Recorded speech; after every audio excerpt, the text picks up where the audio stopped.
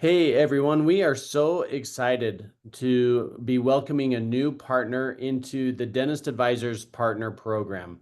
With us here today is Gabriel Segall, and he is representing the Digital Smile. He's the founder and CEO of the group, and I know that everyone out there is interested to hear of uh, another way and another group that we can reach via marketing and touching base with to bring new clients into your practice.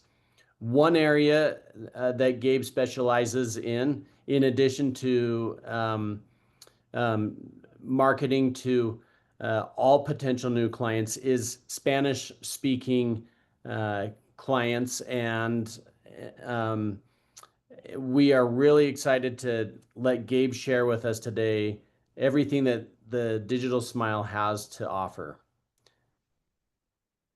Spencer, thank you so much for having me here. Look, when we started this years ago, we realized that there was a big gap in the market. The same way that a lot of practices nowadays, they'll look at any companies that can help them grow. And it's gotten to a point where it's so saturated that everyone looks the same, everyone has the same offer.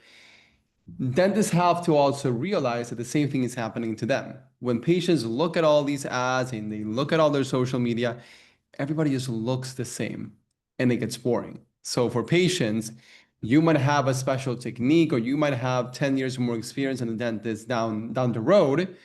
But the reality is that if you don't know how to market yourself and have a great offer in place and also target the markets that are not being marketed as much, you're going to have a really hard time growing, especially in today's age. You'll see those practices that have been out there for 40, 50 years that already have an established clientele, but the ones that are growing right now are having the difficulty and they have to look at different ways of doing things. And that's when we came in and realized that the best way for practice to position themselves is not only to target every single potential patient out there, but one portion of their marketing needs to be targeting those untapped parts of their community that nobody's going after.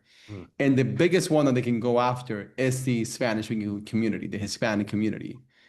There's a massive market there that barely anyone is touching. And I feel like if they start to focus on ways to either having better content, having different offers, but also targeting different communities, that's when they can really stand out and grow. Man. Gabe, how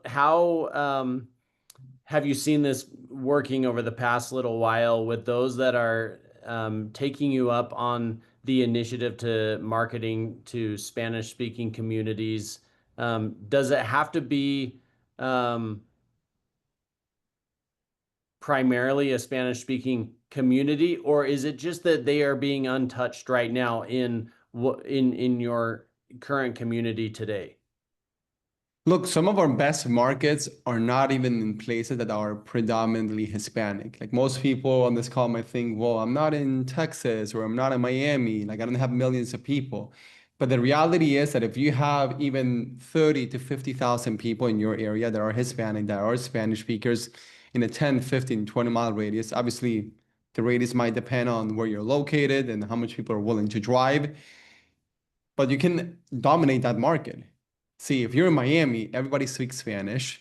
It's not going to be as easy to stand out in the Spanish speaking market when literally everybody speaks Spanish there. Mm. But if you're in a small city where maybe there's 30, 50,000 people and nobody's even targeting this community, there's a massive opportunity there. So there's wins on both ends. You don't have to be in a predominantly Hispanic market for this to work.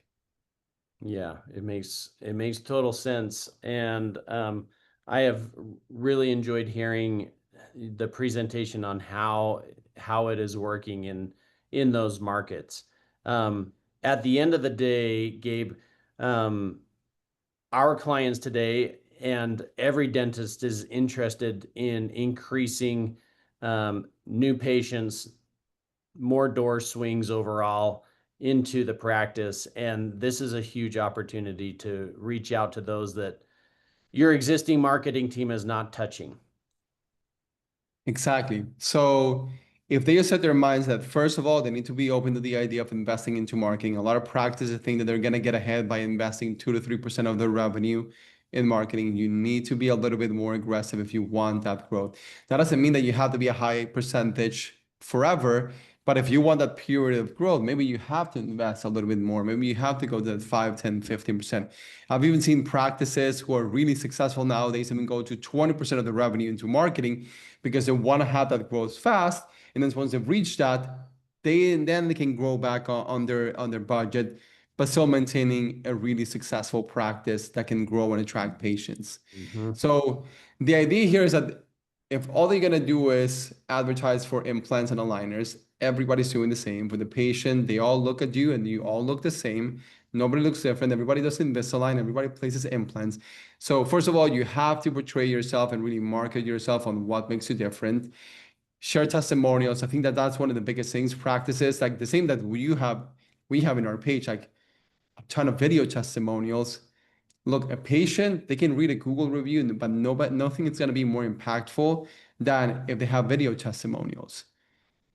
So there are different things that they need to do, from setting up video testimonials on their website, from increasing Google reviews, optimizing their Google. So they can have multiple channels. Most practices nowadays depend too much on word of mouth. They might have some marketing in place, but still most of their practice depends on one channel. And then what happens there is that they become dependent. And then look, no matter how good you are, channels dry up. But if you have 5 or 6, you're never going to be dependent on one. And now practices are stuck with having to take too much insurance, discounting their prices, getting patients in who are unqualified, who don't have a 650, who don't even qualify for any financing. And if they really want to grow and scale to a point where you, as the owner, you either want to be the manager and just run the business, or maybe you want to do what you love, which is ortho, or you want to do all the surgeries and not do all the bread and butter dentistry, and you want to be able to bring in an associate. You also need to have a patient acquisition system in place, because if you want to attract the best quality talent out there, nobody's going to go to you if you can show them a predictable way to fill their schedule. Mm. Why would they go to your practice if there's another one down the road that can fill up their schedule and they can make them the money that they want to make? If there's even a slight doubt that you're not going to be able to scale it, like to put the amount of patients they want on their schedule, they're going to go somewhere else. Yeah. And if you want to have a practice that doesn't depend on you, you want to have that A talent so that things can run without you. So if you want to go on a vacation, the revenue doesn't drop. And so also people look at the brand and not only look for you.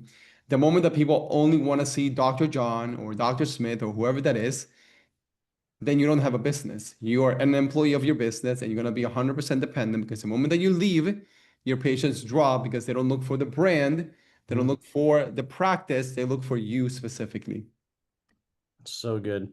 Gabe, we are so excited to have you and really excited for some of our clients to start utilizing this opportunity to reach out to an additional market that has been untouched by them, likely throughout their time practicing, and make some good introductions to the digital smile and get to know Gabe and his work. So Gabe, thanks so much for your time, and we really look forward to working with you and more content to come from Gabe and the Digital Smile. Thank you, Spencer, for having me.